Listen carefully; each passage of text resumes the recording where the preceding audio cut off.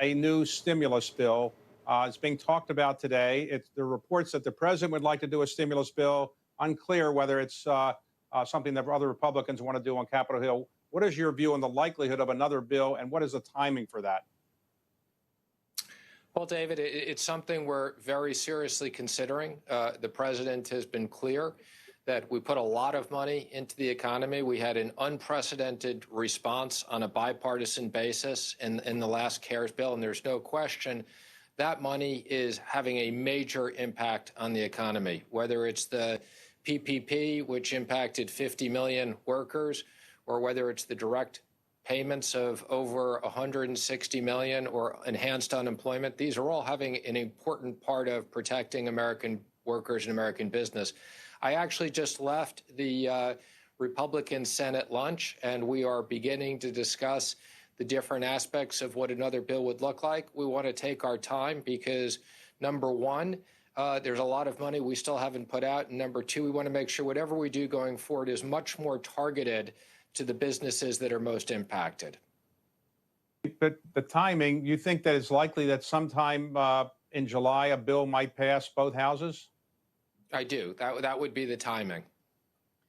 Okay, and the negotiations, there are some people who think that you are not tough enough on the Democrats, and therefore some Republicans are saying that you should have a partner, Mark Meadows or somebody else, to negotiate. But in your view, you'll be the principal person negotiating with the Congress on this legislation. Is that right? Well, David, I mean, let me first be clear. What I'm doing at the direction of the president, and it's the president's policies. Last time, Mark had just come on board, and I asked Mark to come up with me. He was very critical in helping with the last bill, so we have a great teamwork, and he will be there with me. But let me just say, I'm very proud of the fact that the last two bills were 96-0 and 100-0. So this isn't a question of being tough enough or not being tough enough. We had unprecedented bipartisan support at a time when it was critical to get money into the economy and to help American workers. The parts that are the various bills that have passed so far, which do you think has been the most effective so far? The PPP, the unemployment insurance, the other loan programs, which you think is working the best so far? Well, David, as you know, because you've lived through other financial times, this is a very, very different situation than we've ever seen before. This is the first time that we've shut down the entire U.S. economy because of a virus, and we had to have a different approach. And the reason I mean a different approach was it was very important to get money into the economy quickly.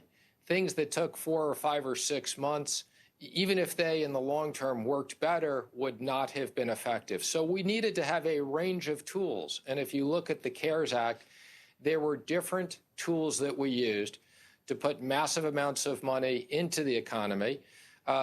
Obviously, as I just mentioned before, you had the PPP, you had the direct payments, you had the unemployment.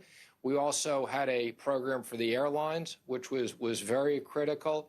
We had $450 billion that we could work with the Federal Reserve on the 13.3 facilities, and this really worked perfect. The mere announcement of some of these facilities unlocked the markets.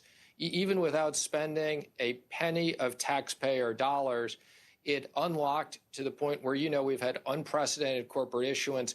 Companies like Boeing, which I thought were going to need to come to us in our national security program, borrowed $25 billion in the market without putting a penny of taxpayer money at risk.